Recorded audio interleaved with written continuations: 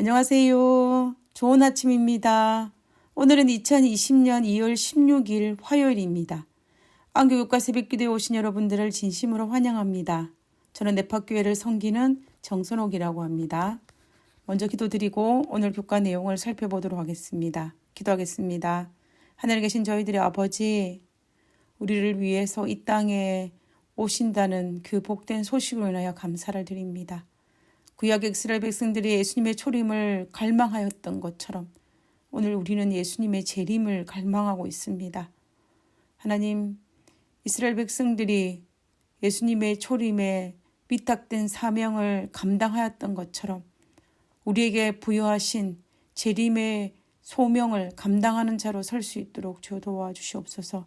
오늘 이 시간에 말씀을 펼칠 때에 함께하여 주시고 하나님께서 우리와 함께하심으로 말미암아 이 모든 말씀이 오늘 내 삶에서 적용될 수 있도록 도와주시옵기를 거룩하신 예수님 이름으로 기도드렸습니다.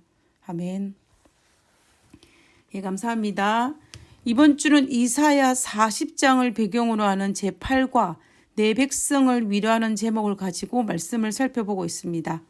우리는 일요일 소지에서 이사야 40장 1절과 2절의 말씀을 통해서 유다 백성이 패역함으로 말미암아 아수르의 침입과 바벨론의 침입과 멸망 그리고 포로라는 큰 어려움을 당하였지만 하나님은 유다 백성을 긍휼히 여기시어 다시 회복하여 주실 때가 이르렀음을 알리면서 너희는 서로 위로하라, 내 백성을 위로하라고 선포하였습니다.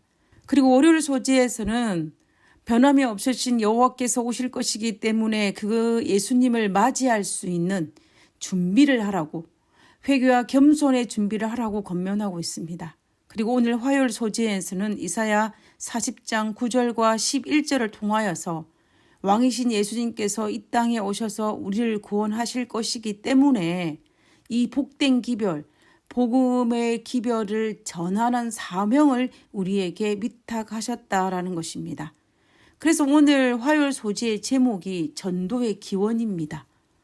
이사야 40장의 전반부 구성을 잠깐 살펴보면 유다를 회복할 수 있는 때가 이르렀으니 내 백성을 위로하라고 말씀하지 않습니까? 그리고 난 이후에 외치는 자의 소리가 연속적으로 들리게 되는데 그 첫 번째 소리가 3절입니다. 여호와의 길을 평탄케 하라. 그리고 두 번째 소리는 6절. 하나님의 말씀은 변개치 않은 영원하시다는 것을 그 기별을 전하라는 것이었습니다. 이것이 우리가 어제 다뤘던 부분이라면 오늘은 그 세 번째 부분에 해당하는 것으로 이 복된 기별을 전파하라, 전하라는 사명이 우리에게 위탁되었다라는 것입니다. 먼저 이사야 40장 9절에 있는 말씀을 보도록 하겠습니다. 이 성경절은 이번 주 교과의 기억절입니다. 아름다운 소식을 시온에 전하는 자여, 너는 높은 산에 오르라. 아름다운 소식을 예루살렘에 전하는 자여, 너는 힘써 소리를 높이라. 두려워하지 말고 소리를 높여 유다의 성읍들에게 이르기를 너희의 하나님을 보라 하라. 이 말씀의 핵심은 무엇입니까? 이 말씀의 핵심은 아름다운 소식, 복된 소식을, 복음을 힘있게 전하라는 것입니다. 누구에게? 시온에게, 예루살렘에게 전하라고 이야기하고 있는 것을 볼 수가 있습니다. 그리고 10절과 11절에서는 임하실 하나님이 어떤 하나님이신지를 소개하고 있습니다. 보라, 주 여호와께서 장차 강한 자로 임하실 것이요 친히 그의 팔로 다스릴 것이라. 보라, 상급이 그에게 있고 보응이 그의 앞에 있으며 그의 목자같이 양떼를 먹이시며 어린 양을 그의 팔로 모아 품에 안으시며 젖먹이는 암컷들을 온순히 인도하시리로다. 우리에게 임하실 하나님은 어린 양떼를 안아 품에 안아서 좋은 곳으로 인도하실 수 있는 선한 목자로 우리에게 오신다는 것입니다. 근데 그분이 강한 자로 오신다는 것입니다. 마치 애굽에서 노예 생활을 하고 있는 이스라엘 백성들을 강한 손으로 긍휼과 자비와 사랑으로 이끌어내어 젖과 꿀이 흐르는 가나안 땅으로 인도해 내오셨던 것처럼 바벨론의 포로로 잡혀가서 고통당하는 유다 백성들도 강한 손으로 하나님의 사랑과 자비로 바벨론 땅에서 유대 땅으로 다시 돌아오게 할 것이라는 것입니다. 그뿐만 아니라 오늘을 살아가는 우리들도 애국과 바벨론과 같은 이 땅에서 힘든 삶을 살고 있는 우리들을 강한 손으로 구원하여 하늘에 데려가기 위해서 오신다는 것입니다. 복음이죠. 복음입니다. 우리를 선한 목자처럼 충분히 선한 곳으로 인도하실 수 있는 능력의 하나님께서 오신다는 이 기쁜 소식을 높은 산에서 두려워하지 말고 예루살렘과 유다 성읍들에게 전하는 것이 필요합니다. 113페이지에 있는 영감의 교훈을 한번 읽어보도록 하겠습니다. 선한 목자로 오시는 메시아입니다. 예수께서는 이제 하나님의 아름다운 전원의 장면을 가지고 당신을 믿는 자들에 대한 당신의 관계를 나타내셨다. 그의 청중들에게 있어서 이보다 더 잘 아는 장면은 없었으며 그리스도의 말씀은 이것을 영원히 당신 자신과 연결시키셨다. 제자들은 양무리를 돌보는 목자들을 바라볼 때면 반드시 구주의 교훈을 회상하지 않을 수 없었다. 예수님의 제자들이 예수님의 모습을 바라보면서 이사야에 예언된 선한 목자로 오신 메시아 예수님을 부인할 수 없었다라는 것입니다. 자, 그러면 이제는 교과책에서 소개하고 있는 것처럼 9절에 나오는 아름다운 소식을 시온에 전하는 자에 대해서 한번 살펴보도록 하겠습니다. 아름다운 소식을 시온에 전하는 자에 대한 히브리어는 무바세레트입니다. 이 무바세레트는 여성형입니다. 우리가 사용하는 한국어나 영어에는 단어에 대한 남성형과 여성형이 없지만은 독일어에는 여성형과 남성형으로 구분할 수가 있습니다. 이와 마찬가지로 히브리어도 단어에 남성형과 여성형으로 구분할 수가 있습니다. 그래서 여기에 나오는 아름다운 소식을 전하는 자에 대한 히브리어는 무바세레트로 여성형임이라는 것입니다.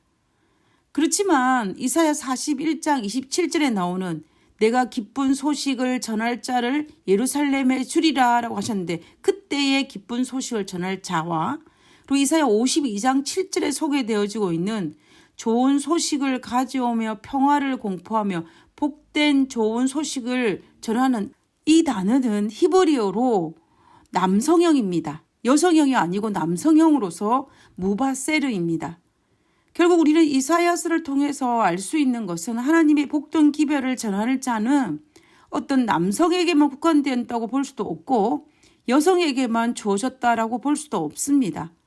이 여성의 무바세레트와 남성의 부바세르라는 것을 통하여서 하나님의 복된 기별은 남성과 여성과 상관없이 하나님의 복된 기별을 전해야 한다는 것입니다.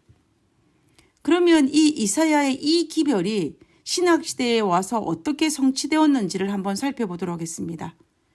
예수님의 오심에 대한 가장 강력한 기별을 전한 사람은 당연코 침례 요한일 것입니다. 요한은 분명 예수님을 보고 보라 세상 죄를 지고 가는 하나님의 어린 양이라고 고백하였습니다. 그러므로 요한은 아름다운 소식을 시온에 전한 대표적인 인물임에는 틀림이 없습니다. 그런데 요한보다 먼저 예수님께서 오셨다는 메시아가 오셨다는 복된 소식을 전한 인물들이 있습니다. 그들은 누가복음 2장에 나오는 시므온과 안나입니다. 요셉과 마리아가 결례의 때가 참에 아기 예수님을 모시고 성전에 올라가 봉헌식을 한 적이 있었습니다. 그때 시므온과 안나는 아기 예수님을 보았습니다. 그때의 안나와 시므온은 예수님이 단순한 유대인의 아이가 아니라 그들이 그토록 기다렸던 메시아임을 그들은 알아보았습니다. 의롭고 경건한 시므온은 오랫동안 이스라엘의 위로자를 기다리고 있었습니다. 결국 시므온은 초림하시는 예수님을 기다리고 있었다라는 것입니다.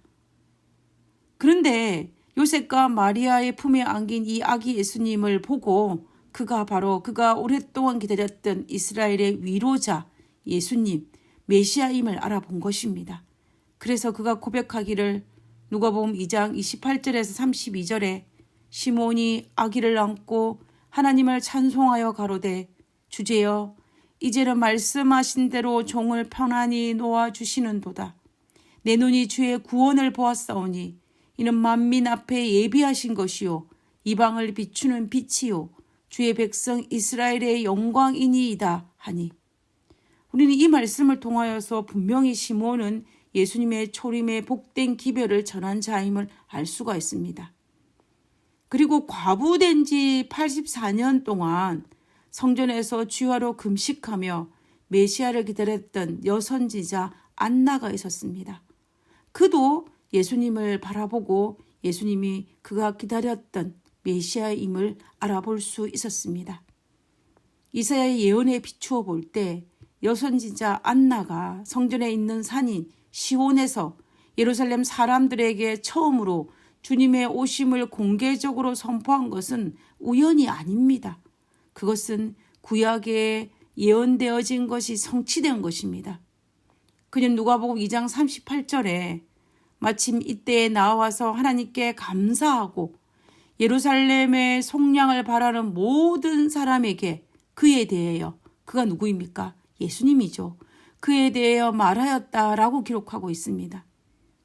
결국 이 말은 여선지자 안나는 메시아를 고대한 모든 사람들에게 예수님의 탄생을, 메시아의 탄생을 전파했다라는 것입니다. 그러므로 이사야에 예언된 아름다운 소식을 시온에 전하는 이들은 안나와 시몬 그리고 침례 요한이 그 역할을 감당하였음을 우리는 성경을 통하여 확인할 수가 있습니다. 그러므로 오늘 다룬 이 이사야서를 통해서 복된 소식, 예수 그리스도의 구원을 이루기 위해 초림하셨다는 복음의 전파가 기독교 전도의 기원이라는 것입니다. 전도의 사명, 복음 전파의 사명은 그 이후에도 많은 사람들을 통하여서 계속 이어져 왔습니다. 예수님의 부활의 소식은 막달라 마리아에게 그 사명이 위탁되었고, 막달라 마리아는 그 부활의 소식을 전파함으로 그 사명을 감당하였습니다. 그리고 그 제자들에게도 복음 전파의 사명은 그들에게 위탁되었고 그들은 그 사명을 감당하였습니다. 중요한 것은 그 사명은, 전도의 사명, 복음 전파의 사명은 제자들에게만 국한되어진 것이 아니라 오늘을 살아가는 우리들에게도 여전히 위탁되었다라는 것입니다. 이 천국 복음이 온 세상에 전파라는 사명은 제자들과 오늘 우리들에게도 동일하게 위탁하셨다라는 것입니다. 마태복음 28장 19절에서 20절에 그러므로 너희는 가서 모든 족속으로 제자를 삼아 아버지와 아들과 성령의 이름으로 침례를 주고 내가 너희에게 분부한 모든 것을 가르쳐 지키게 하라. 볼지어다 내가 세상 끝날까지 너희와 항상 함께 있으리라 하시니라. 그러므로 우리는 하나님께서 우리에게 위탁하신 사명을 감당함으로 다시 오실 예수님의 길을 예비하는 삶을 살아야겠습니다.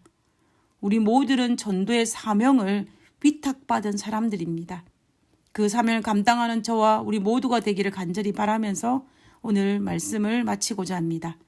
기도하고 마치겠습니다. 어리석고 무지하여 가야 할 길을 알지 못한 채 방황하는 저에게 다가오셔서 생명의 길로 인도해 주신 예수님 감사합니다. 곁길로 빠지려는 저를 끝까지 붙잡아 주시옵소서. 하늘에 계신 저희들의 아버지, 하나님께서 우리들에게 위탁하신 그 놀라운 사명을 믿음으로 감당할 수 있도록 주여 도와주시옵소서.